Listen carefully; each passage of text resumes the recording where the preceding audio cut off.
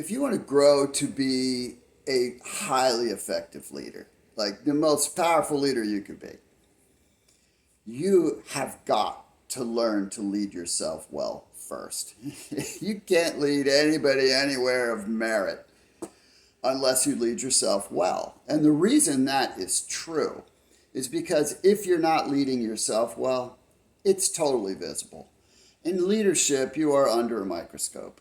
You can't hide anything. You can't hide your weaknesses. You can't hide your mistakes. You can't hide your insecurities. Those aren't hideable, right? The old proverb says, whatever is hidden will be revealed. Well, it's definitely going to be revealed quickly in leadership. So you have to lead yourself well first. You can't tell someone to do other things using the characteristics of discipline and hard work and sacrifice and commitment unless you're demonstrating that, and not just in your workplace, because you do not get the opportunity to work and lead isolated, because people are looking at you in the whole picture. They're looking at everything about you, because like it or not, we live in a world where negativity is highlighted, and where most people you lead have had to be under the throes of a poor leader before, and they're looking at you for how you're going to be like this joker I was led by before, as opposed to what's great about you. And so that's going to take time for you to cultivate the trust. And you can't say, trust me. You can't say, I'm credible. You can't say, I'm the leader. If you have to do any of those things, you're none of those things. You have to example it and model it. And it starts with you at home. So you could be leading out in the world, but if you're not leading yourself well at home, you're not going to be effective, because it's going to be visible. So that's a 3 circles principle. It starts with taking care of yourself physically. If you don't have the self-discipline to take care of yourself physically, then who's going to believe that you have the self-discipline to do anything else? And how can you command discipline from anybody else? It's pretty simple.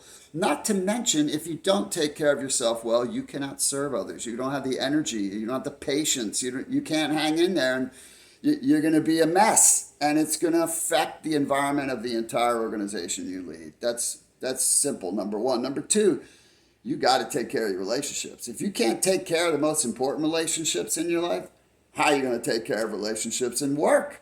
I mean, what is a business? It's just a bunch of people working towards an end. You want the best people? You better cultivate and take care of relationships, and you're not going to be able to do that unless you can do that at home. And that takes self-discipline, study, practice, right? Being conscientious and purposeful, because it's easy to let down at home.